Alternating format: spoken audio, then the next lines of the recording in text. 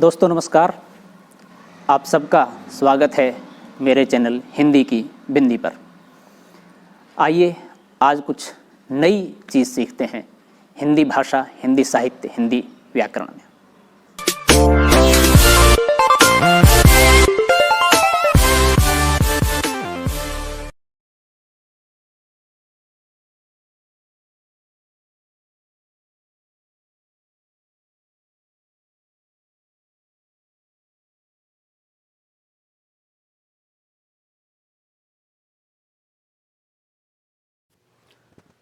विद्यार्थियों, आज की वीडियो हम बना रहे हैं कक्षा 10 की हिंदी पाठ्य पुस्तक क्षितिज भाग 2 के मनु भंडारी द्वारा लिखे गए पाठ से संबंधित।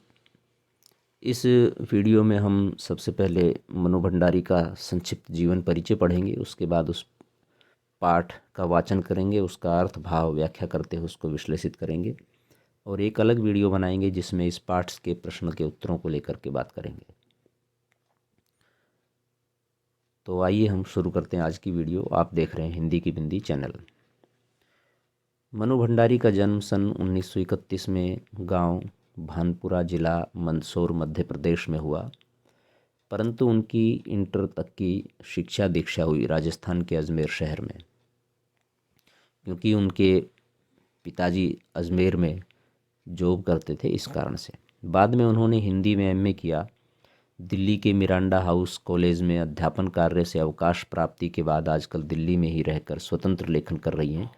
लेकिन विद्यार्थियों, आपकी जानकारी के लिए बता दें, अभी 2-3 माह पहले ही उनका देहांत हो गया। स्वातंत्रोत्तर हिंदी कथा साहित्य की प्रमुख हस्ताक्षर मनु भंडारी के प्रमुख रचनाएं हैं एक प्लेट सैलाब, मैं हार गई, यही सच है, त्रिशंकु। ये कहानी संग्रह हैं आपके। और आपका बंटी एवं महाभोज आपके उपन्यास है। महाभोज को आपने नाटक के रूप में भी लिखा है, इसी उपन्यास का एक तरह से नाट्य रूपांतरण है। तो ये आपकी काफ़ी चर्चित रचनाएं हैं। इसके अलावा उन्होंने फिल्म एवं टेलीविज़न धारावाहिकों के लिए पटकथाएं भी लिखी हैं।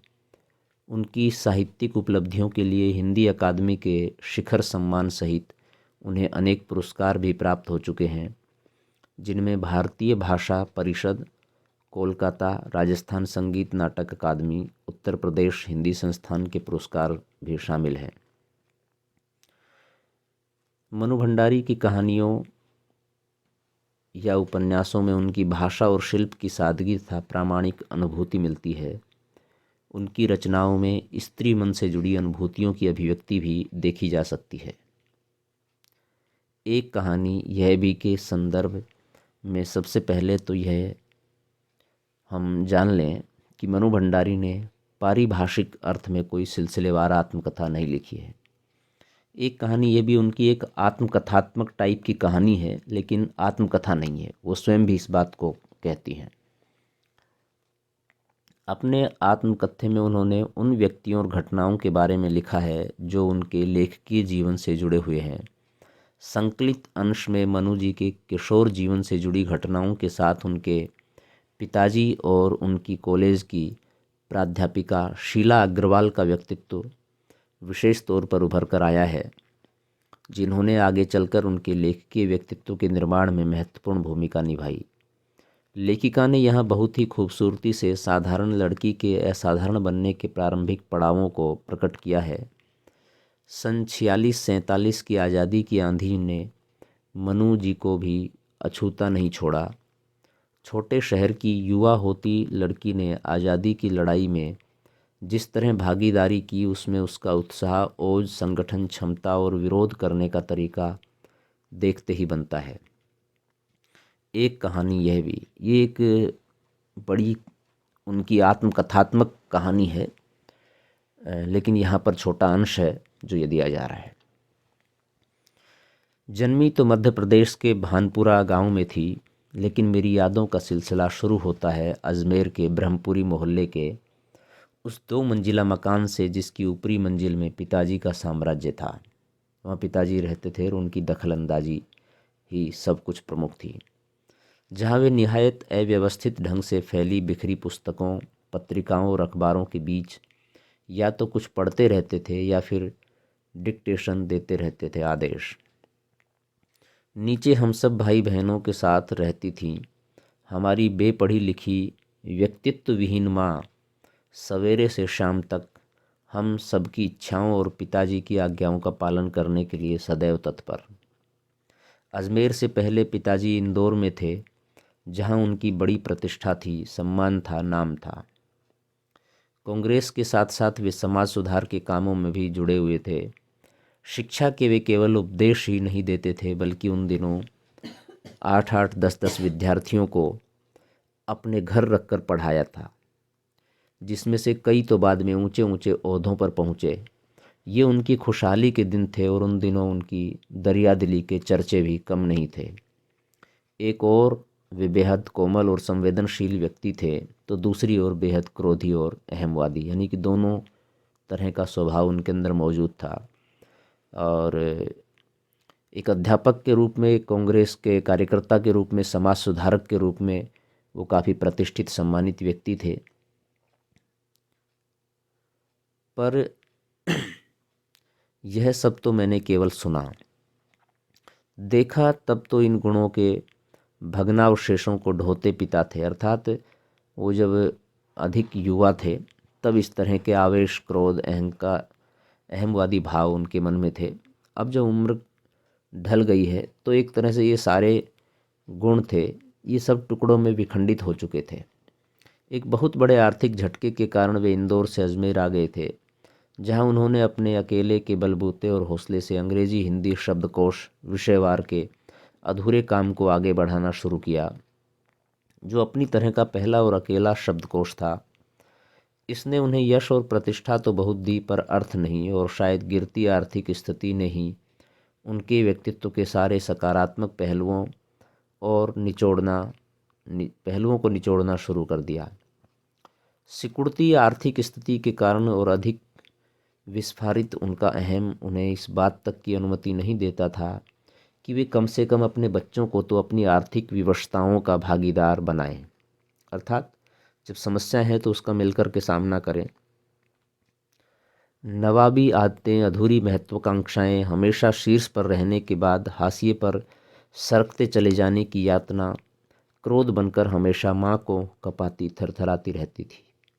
यानी कि उनकी माँ इस बात से डरती थी कि अब जो संकट की स्थिति, आर्थिक स्थिति है, परेशानी है, उसका सामना कैसे होगा। उनके पिताजी हमेशा महत्वाकांक्षी, थोड़ा बनावटीपन में रहने वाले, अपने ही उसमें ठाठ में रहने वाले व्यक्ति थे। किसी के सामने हाथ नहीं फैलाते थे, किसी से मांगते नहीं थे, इस तरह की स्थिति। अपनों के हाथों विश्वासघात की जाने कैसी गहरी चोटें होंगी, वे जिन्होंने आंख मूंद कर सबका विश्वास करने वाले पिता को बाद के दिनों में इतना शक्की बना दिया कि जब जब हम लोग भी उसकी चपेट में आते ही रहते थे, यही सब पर शक करते थे। पर यह पितृ गाथा मैं इसलिए नहीं गा रही कि मुझे उनका गौरव गान करना है, बल्कि मैं तो यह देखना चाहती हूँ कि उनके व्यक्तित्व की कौन सी खूबी और खामियाँ मेरे व्यक्तित्व के ताने बाने में गुथी हुई हैं, या कि अनजाने अनचाहे किए उनके व्यवहार ने मेरे भीतर किन ग्रंथियों को जन्म दे दिया। विद्यार्थियों, ये स्वाभाविक है कि जो भी बालक होता है, परिवार में माताजी, पिताजी या उसके दूसरे जो अग्रज हैं, उनका प्रभाव, उनका स्वभाव बच्चे में आता ही है। और कुछ लोग उस स्वभाव को ज़्यादा स्वीकार कर लेते हैं, ज़्यादा अडॉप्ट कर लेते हैं, कुछ पर वो आंशिक रूप से कम मात्रा में प्रभावित होता है, लेकिन होता ज़रूर है। मैं काली हूँ, बचपन में दुबली और मरियल भी थी।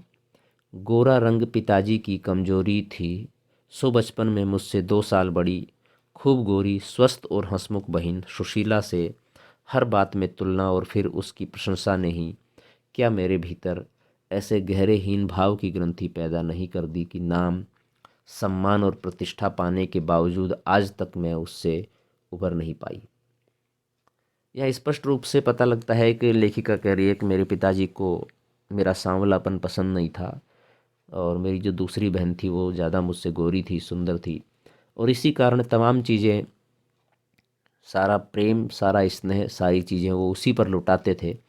और आज जब लेखिका ने बड़ा कुछ कमा लिया है, नाम भी, प्रतिष्ठा भी, पैसा भी, सम्मान भी, उसके बावजूद भी वो कहीं ना कहीं अपने आप को अधूरी जो महसूस करती हैं, वो सब यही कारण है।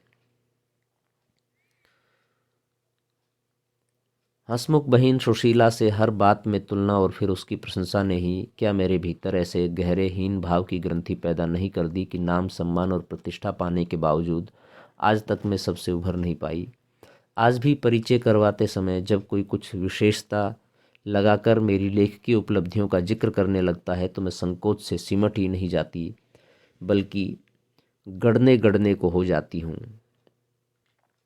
शायद अचेतन की किसी परत के नीचे दबी इसी हीन भावना के चलते मैं अपनी किसी भी उपलब्धि पर भरोसा नहीं कर पाती। यानी कि लेखिका को ये आभास नहीं होता कि वास्तव में ये मैंने अचीव किया है, ये मैंने प्राप्त किया है और इसकी मैं हकदार हूँ। कहीं ना कहीं उसके मन में हीन भाव होता है, कहीं ना कहीं उसको एक डर सा लगा रहता है। सब कुछ मुझे तुक्का ही लगता है, जैसे कि अचानक से ऐसे ही मिल गया, संयोग से। पिताजी के जिस शक्की स्वभाव पर मैं कभी भन्ना भन्ना जाती थी, आज एकाएक अपने खंडित विश्वासों की व्यथा के नीचे मुझे उनके शक्की स्वभाव की झलक ही दिखाई देती है।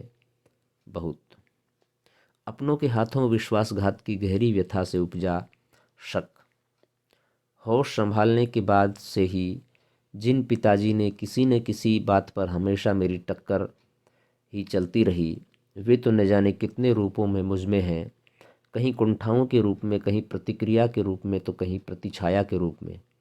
यानी कि लेखिका ये कह रही है कि पिताजी का जो स्वभाव था वो कहीं ना कहीं मुझ में भी अलग अलग रूपों में दिखाई देता है।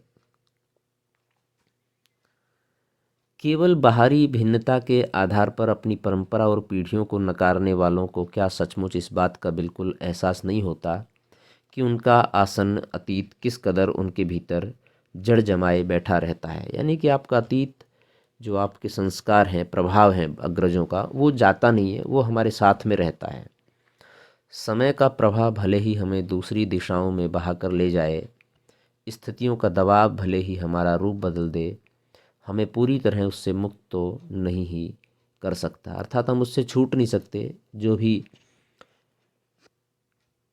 पारिवारिक रूप से हमें जो मिला है, प्रकृति है, स्वभाव है, आदतें हैं, वो सब चीज़ें। पिता की ठीक विपरीत थी हमारी बेपढ़ी लिखी माँ।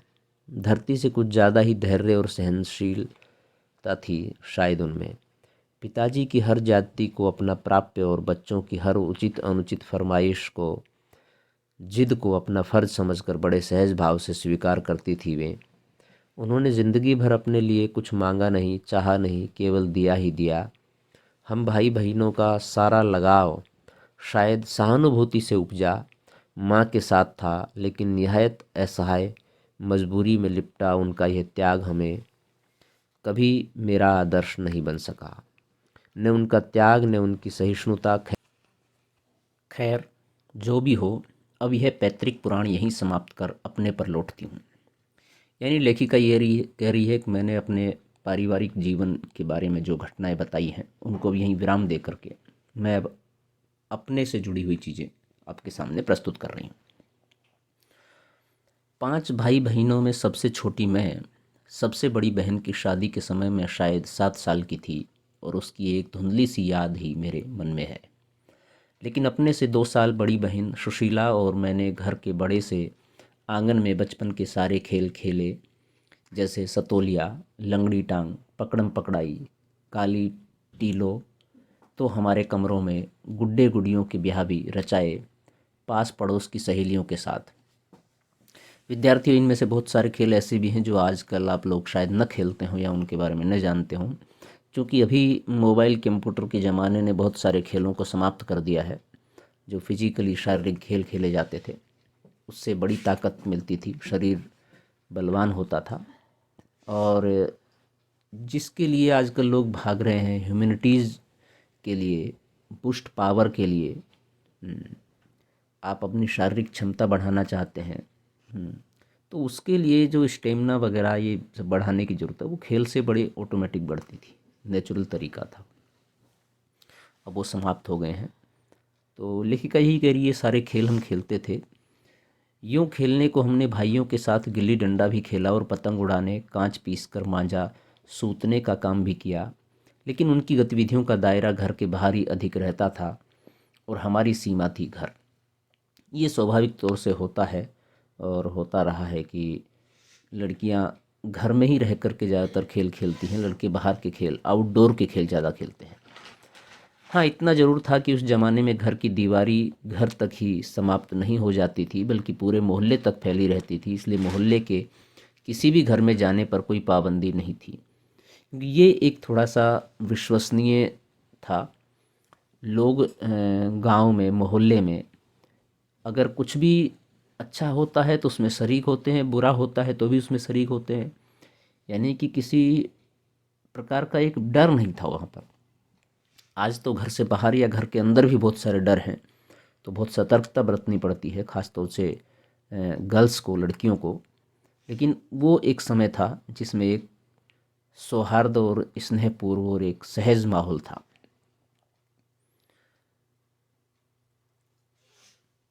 इसलिए मोहल्ले के किसी भी घर में जाने पर कोई पाबंदी नहीं थी, बल्कि कुछ घर तो परिवार का हिस्सा ही थे। आज तो मुझे बड़ी शिद्दत के साथ यह महसूस होता है कि अपनी ज़िंदगी खुद जीने के इस आधुनिक दबाव ने महानगरों के फ्लैट में रहने वालों को हमारे इस परंपरागत पड़ोस कल्चर से विच्छिन्न करके हमें कितना संकुचित, असहाय और असुरक्षित बना दिया है। आज जो आधुनिक परिस्थितियां हैं, महानगर फ्लैट्स आदि का जो कॉन्सेप्ट है, इसने पड़ोस के कल्चर, पड़ोस का सांस्कृतिक माहौल एक तरह से समाप्त कर दिया है।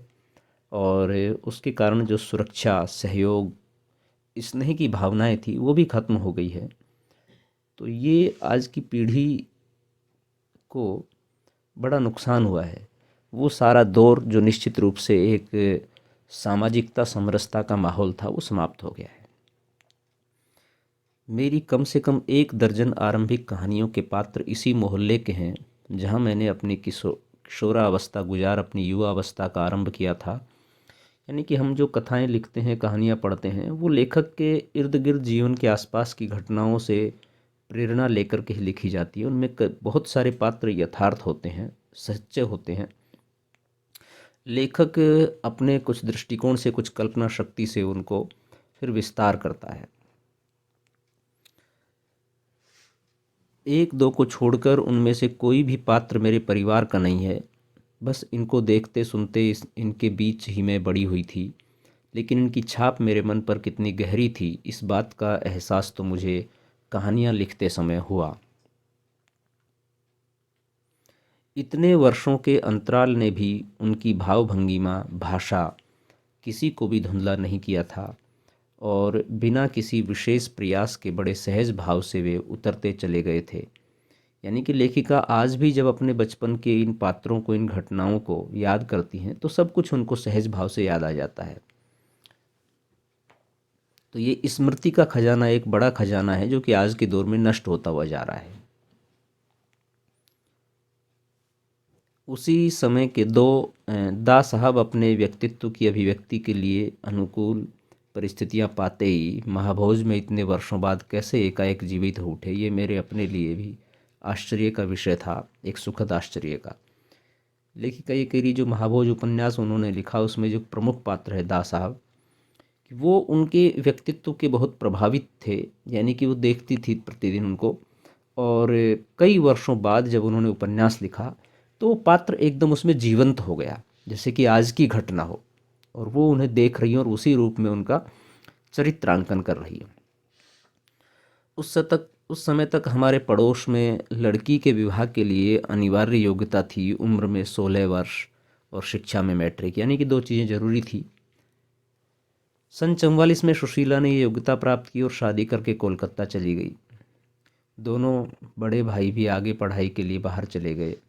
इन लोगों की छत्र छाया के हटते ही पहली बार मुझे नए सिरे से अपने वजूद का एहसास हुआ। पिताजी का ध्यान भी पहली बार मुझ पर केंद्रित हुआ। यानी कि अब तक लेखिका के प्रति ध्यान नहीं था उनके पिताजी का, सांवला रंग होने के कारण। लड़कियों को जिस उम्र में स्कूली शिक्षा के साथ साथ सुघड़ गृहिणी और कुशल पाक शास्त्री बनाने के नुस्खे जुटाए जाते थे, पिताजी का आग्रह रहता था कि मैं रसोई से दूर ही रहूं। यानी कि आमतौर पर होता है कि लड़कियों को घर के कामकाज, रसोई के कामकाज भी आने चाहिए।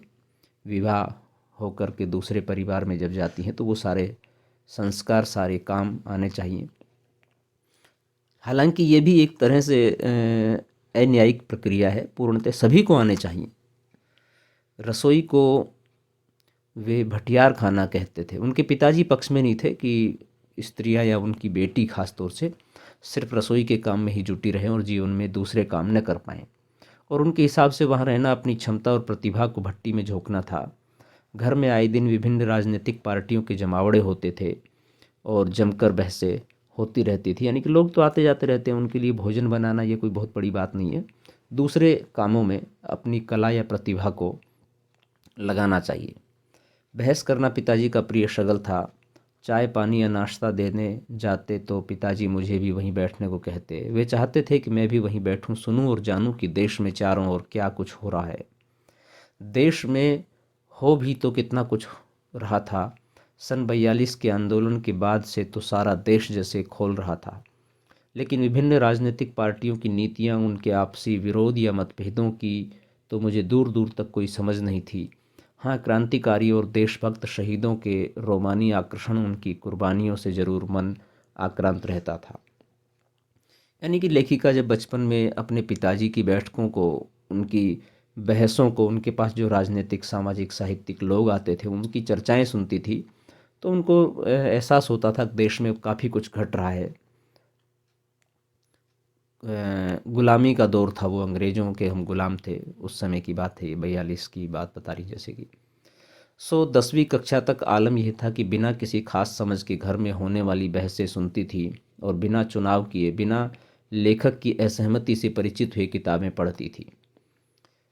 लेकिन सन 45 में जैसे ही 10वीं पास करके मैं फर्स्ट ईयर में आई, हिंदी की प्राध्यापिका शीला अग्रवाल से परिचय हुआ। सावित्री गर्ल्स हाई स्कूल, जहां मैंने ककहरा सीखा। इनकी पहली बार हिंदी को बेहतर दृष्टि से जाना। 1 साल पहले ही कॉलेज बना दिया था उस स्कूल को, और वे इसी साल नियुक्त हुई थी। उन्होंने बाकायदे साहित्य की दुनिया में प्रवेश करवाया कि साहित्य क्या है, उसे पढ़ने के लिए प्रेरित किया। मात्र पढ़ने को चुनाव करके पढ़ने में बदला।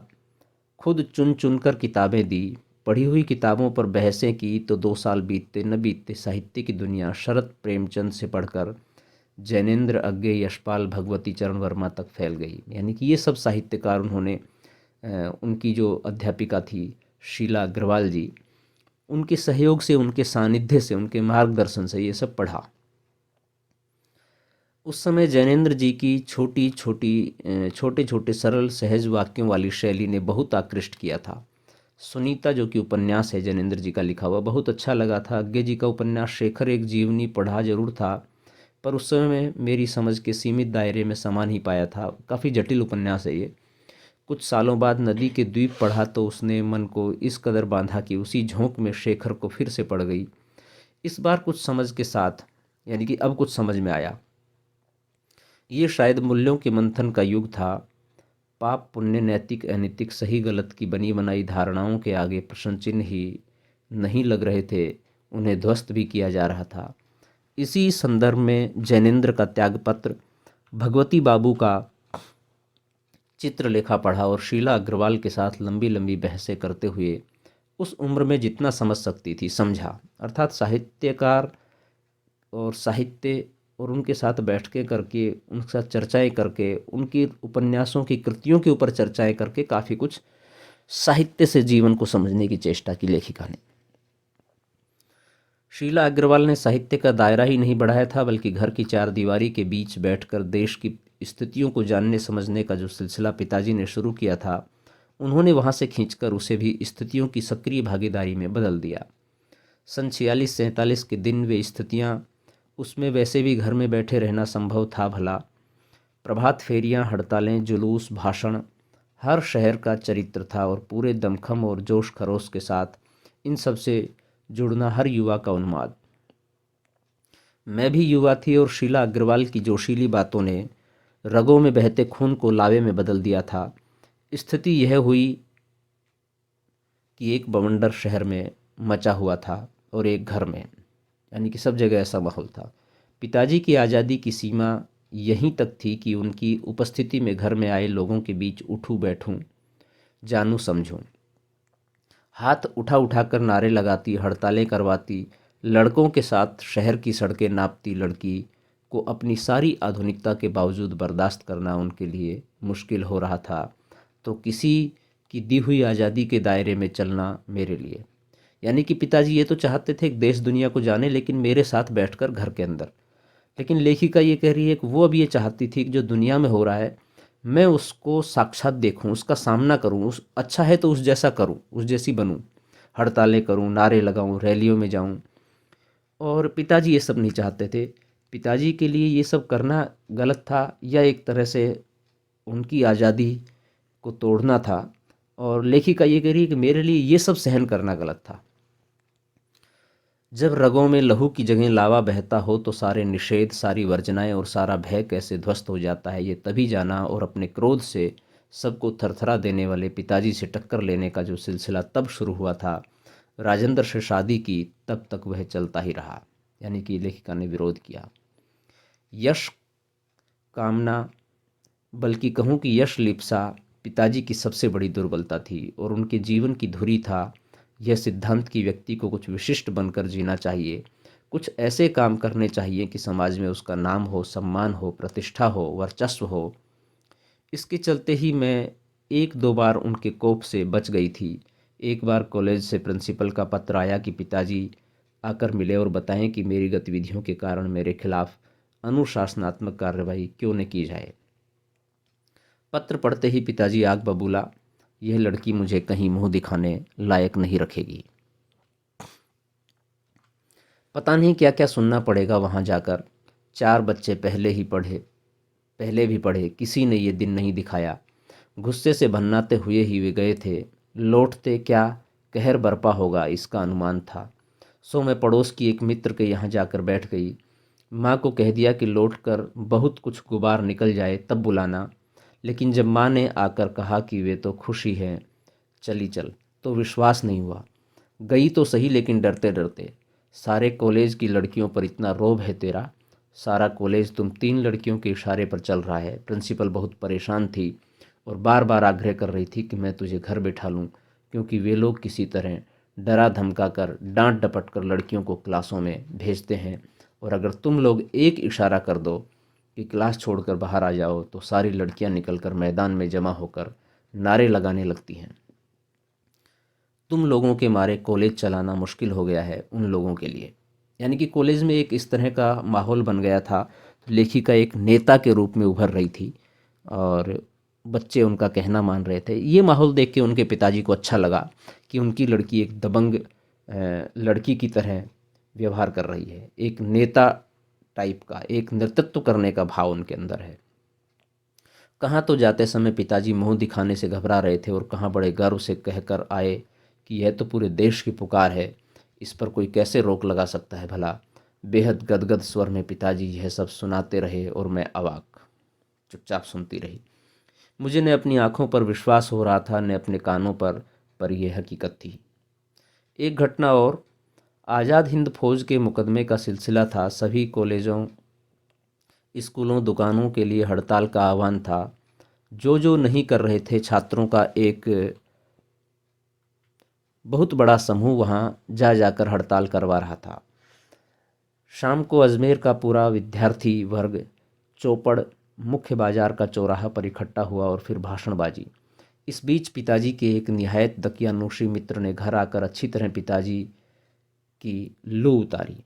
अरे उस मन्नू की तो मत मारी गई है, पर भंडारी जी आपको क्या हुआ? ठीक है, आपकी लड़कियों को आज़ादी दी, पर देखते आप जाने कैसे कैसे उल्टे सीधे लड़कों के साथ हड़तालें करवाती, हुड़दंग मचाती फिर रही है। वे हमारे आपके घरों की लड़कियों को शोभा देता है ये सब? कोई मान मर्यादा, इज्जत आबरू का ख्याल भी रह गया है आपको या नहीं?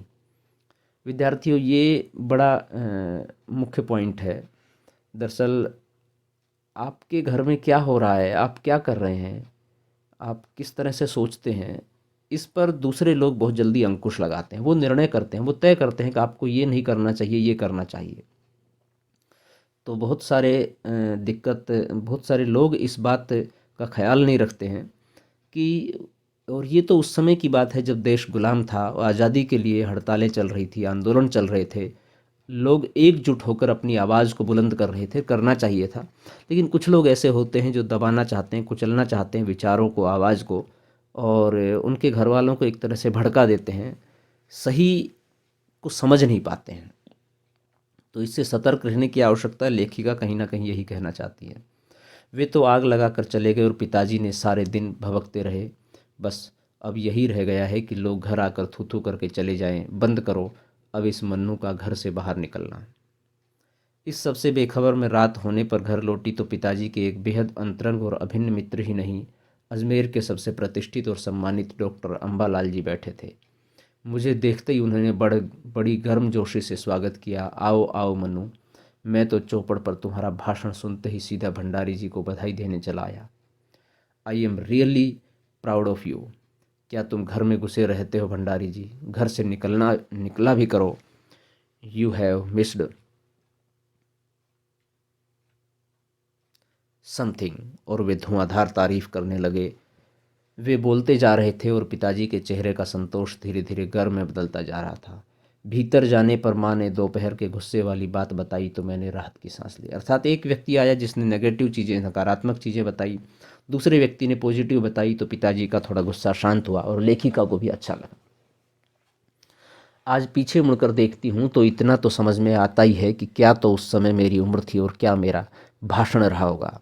ये तो डॉक्टर साहब का स्नेह था जो उनके मुंह से प्रशंसा बनकर बह रहा था, या यह भी हो सकता है कि आज से 50 साल पहले अजमेर जैसे शहर में चारों ओर से उमड़ती भीड़ के बीच एक लड़की का बिना किसी संकोच और झिझक के यूं धुआंधार बोलते चले जाना ही उसके मूल में रहा हो। यानी कि बड़ी बात थी उस समय। लड़कियों का इस तरह से नेतृत्व करके बोलना बड़ी बात थी गुलामी के समय में। पर पिताजी कितनी तरह के अंतर विरोधों के बीच जीते थे वे। एक और विशिष्ट बनने और बनाने की प्रबल लालसा, तो दूसरी ओर अपनी सामाजिक छवि के प्रति भी उतनी ही सजगता। पर क्या यह संभव है? क्या पिताजी को इस बात का बिल्कुल भी एहसास नहीं था कि इन दोनों का तो रास्ता ही टकराहट का है? तो यहाँ एक खास बात लेखिका ये कह रही है कि पिताजी का मन तो ये था कि सामाजिक रूप से वो अच्छे व्यक्ति बने और बेटियाँ प्रगति करें, सब कुछ अच्छा हो, लेकिन दूसरी तरफ वो अंकुश भी लगाते थे। यानी कि वो चाहते थे सब कुछ हो, लेकिन उनके निर्देशन में, उनकी छत्र छाया में, वो जैसा चाहे उस तरह से लड़कियां आगे बढ़े, परिवार बढ़े, समाज बढ़े। सन 47 के मई महीने में शीला अग्रवाल को कॉलेज वालों ने नोटिस थमा दिया, लड़कियों को भड़काने और कॉलेज का अनुशासन बिगाड़ने के आरोप में। इस बात को लेकर हुड़दंग न मचे, इसलिए जुलाई में 3rd ईयर की क्लासेज बंद करके हम 2-3 छात्राओं का प्रवेश निषिद्ध कर दिया। हुड़दंग तो बाहर रहकर भी इतना मचाया कि कॉलेज वालों को अगस्त में आखिर 3rd ईयर खोलना पड़ा। जीत की खुशी पर सामने खड़ी बहुत बहुत बड़ी चिर प्रतीक्षित खुशी के सामने ये खुशी बिला थी। शताब्दी की सबसे बड़ी उपलब्धि 15 अगस्त 1947, अर्थात जब हमें आज़ादी मिली तो एक बड़ी खुशी निश्चित रूप से थी।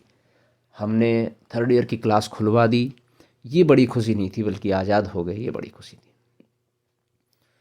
तो विद्यार्थियों, एक कहानी यह भी का एक छोटा सा अंश ये था इस वीडियो के माध्यम से, मनु भंडारी का ये एक आत्मकथात्मक लेख छोटा सा जो हमने पढ़ा।